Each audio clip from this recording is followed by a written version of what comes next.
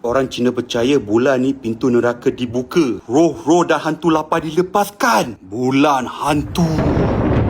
Pantang larang semasa bulan hantu. Pertama, jangan keluar malam terlalu lewat. Orang Cina percaya hantu berkeliaran kat luar. Sebab tu kalau korang perasan, orang Cina bulan ni jarang buat OT. Tips kalau korang kena paksa OT, jawab kat bos. Bos, belah hantu ni kena balik awal. Kedua, jangan kutip makanan atau duit atas jalan. Kalau makanan atas meja, boleh makan lepas sembahyang. Tapi kalau makanan atau duit atas jalan, itu untuk roh. Jangan ambil dan sentuh, ya. Ketiga, jangan sebut nama penuh bila jalan malam. Nama penuh senang roh ikut. Jadi kalau perempuan marah, biasanya automatik akan panggil nama penuh lelaki.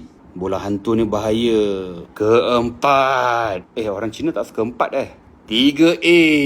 Jangan gantung atau jemur baju di luar rumah. Lagi-lagi baju merah.